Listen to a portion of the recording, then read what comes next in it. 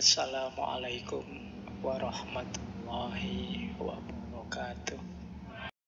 Apa sih hakikatnya orang mengalah itu? Kenapa sih orang bisa mengalah?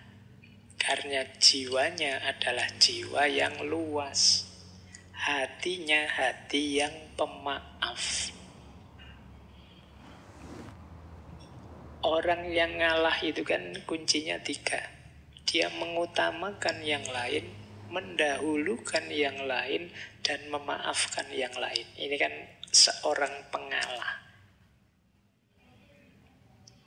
Nah, berarti apa? Selain penuh cinta, orang yang mengalah itu sebenarnya punya karakter pemaaf. Hatinya luas. Dan memaafkan ini penting. Ada cerita mungkin ya teman-teman, pernah saya singgung beberapa kali kemarin waktu Maulid Nabi.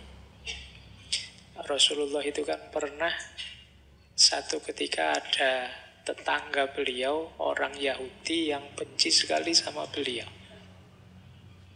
Setiap kali Rasulullah berangkat sholat subuh pagi-pagi, selalu diludahi oleh orang ini. Begitu lihat Rasulullah lewat, diludahi, cus pokoknya itu. Ya, dan Rasulullah ini ya karena jiwanya sangat luas, sangat pemaaf, pengalah kalau dalam istilah malam hari ini, ya beliau terima saja itu. Nah, pada akhirnya satu ketika setelah berhari-hari seperti ini terus, tiba-tiba satu pagi ketika Rasulullah berangkat ke masjid, tidak ada yang meludahi. Malah heran Rasulullah, loh ini mana ludahnya yang tiap hari datang. Akhirnya beliau tanya pada orang di situ, ini mana orang ini yang biasa meludahi saya? Oh, beliau Rasulullah sedang sakit, makanya tidak sempat meludah. Ya kalau sakit masih nyempet-nyempetin meludah, ya kebangetan. Nah, begitu tahu sakit, Rasulullah terus dengan kebesaran hati beliau, sifat pemaaf dan pengalah beliau, ya terus didatangi orang ini. Dan orang ini betapa tersentuh hatinya, karena ternyata engkau yang orang tiap hari aku ludahi adalah orang pertama yang menjengukku waktu sakit. Ini kan luar biasa, jiwa pecinta, jiwa pemaaf, jiwa pengalah. Dengan contoh ini kalian boleh bilang, mengalah ternyata memang bukan berarti kalah. Pada akhirnya kan tetap yang menang Rasulullah. Orang ini kan terus jadi masuk Islam. Nah, mungkin saja dengan mengalahmu ada banyak keberhasilan, kesuksesan, buah dari mengalahmu yang lain. Nah, ini penting. Ya, memaafkan itu kan nilai yang mulia. Di situ saya tulis, memaafkan itu membahagiakan meskipun berat. Yang pertama apa? Dengan kita memaafkan, itu mengurangi kegelisahan kita, mengurangi kegelapan hati kita.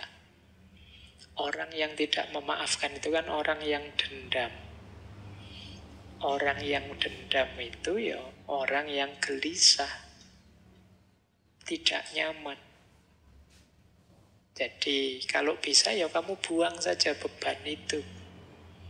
Ngapain diam-diam kamu membebani dirimu dengan dosanya orang lain kalau itu dosa. Jadi kurangi dengan cara memaafkan. Kurangi juga dengan cara mengalah tadi. Ya, dengan kita memaafkan kan nanti mengurangi rasa marah, mencegah perilaku tidak terkontrol. Kadang-kadang kan kita itu karena saya disakiti, saya harus balas menyakiti. Sana juga begitu, loh saya disakiti, balas-balasan tidak ada akhirnya nantinya. Hidup kita dan waktu kita habis sia-sia hanya untuk balas-balasan. Dan jangan lupa memaafkan juga menumbuhkan kebanggaan diri. Bisa memaafkan itu kan bangga kita.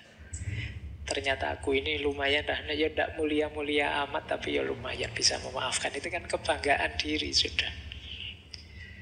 Jadi ya latihan memaafkan ini bagian dari jiwa pengalah tadi. Lanjut.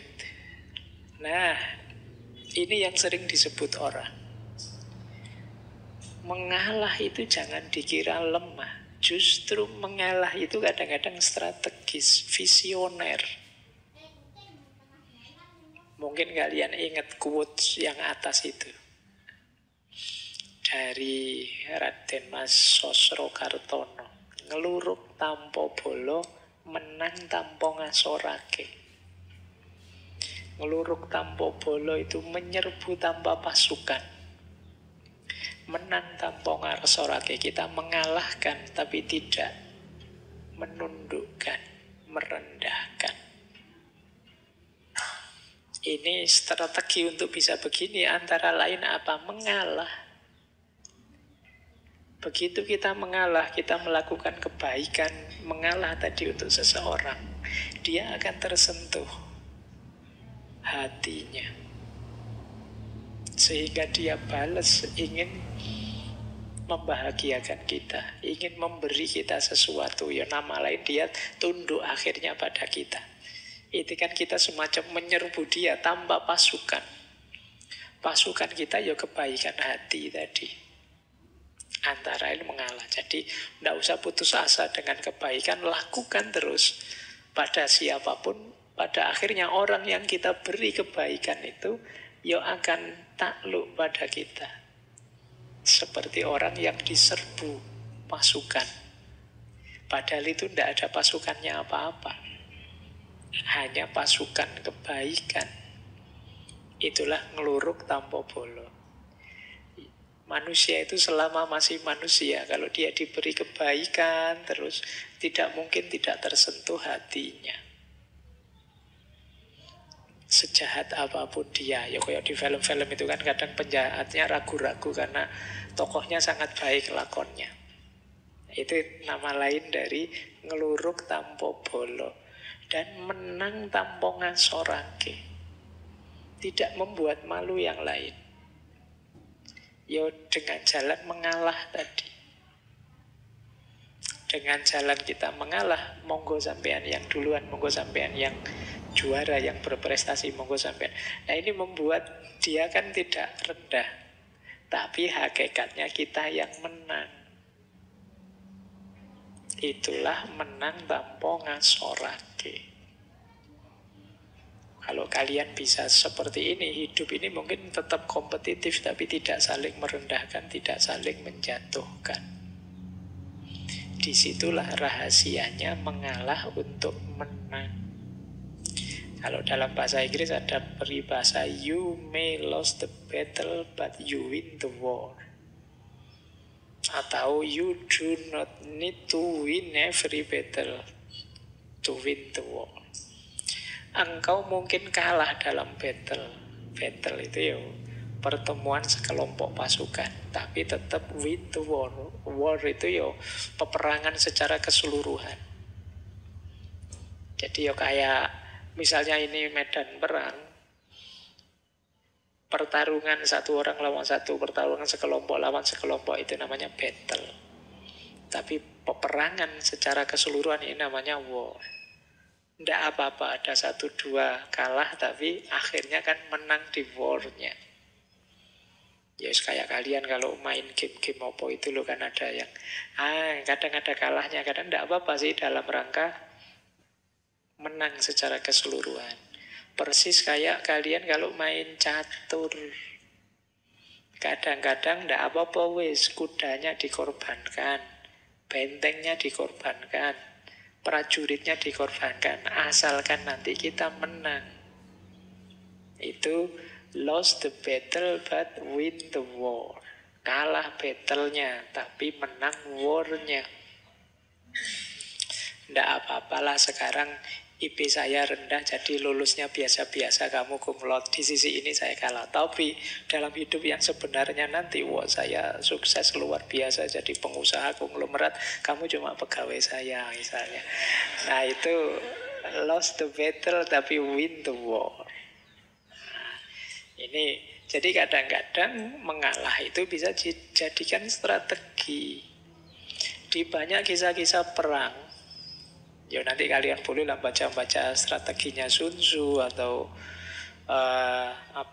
Three Kingdom dan lain sebagainya. Banyak strategi-strategi ini dipakai. Diumpankan ini biar kalah, kemudian di strategi yang di sini sengaja ngalah biar yang secara umum menang dan lain sebagainya. Itu namanya lost the battle tapi win the war.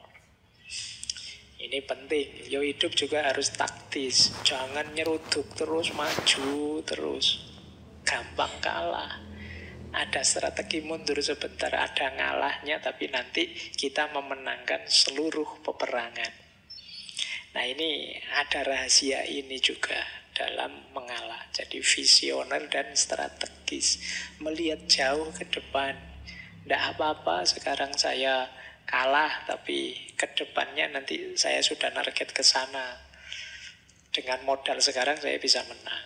Nah ini namanya lose the battle tapi win the war. Ini hakikat mengalah yang ke-6. Hakikat ngalah yang ke-7. Ternyata banyak hakikatnya ya.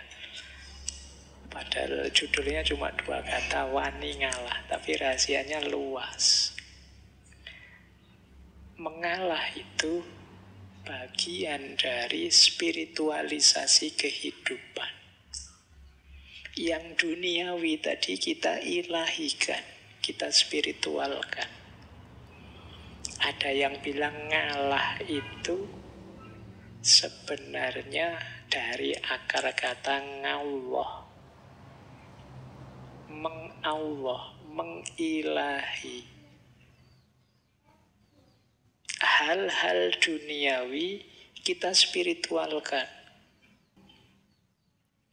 Mengilahi itu begini loh. Kalau kita punya uang, kita pakai untuk seneng-seneng makan kan dan lain sebagainya, ya wajar saja itu. Yang duniawi kita pakai untuk dunia. Tapi ketika uang ini kita sedekahkan untuk fakir miskin, anak yatim dan lain sebagainya, berarti uang ini kita spiritualkan, kita ilahikan. Nah, mengalah juga punya logika seperti itu. Biarlah aku membahagiakanmu, biarlah aku berikan ini untukmu, itu kan ngalah.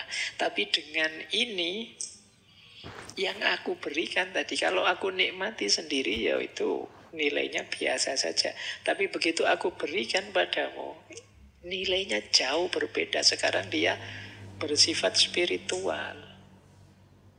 Sama-sama uangnya dibuat main dengan dibuat sedekah itu kan beda. Ketika dibuat sedekah, uang ini jadi spiritual.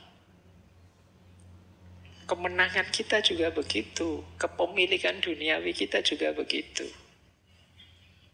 Nah, cara menspiritualkan antara lain dengan cara mengalah tadi. Jadi, menspiritualkan peristiwa sebagai sarana menuju Allah. Tidak lagi fokus pada keuntungan atau kemanfaatan duniawi. Inilah hakikatnya mengalah. Sudah ada 7 hakikat mengalah.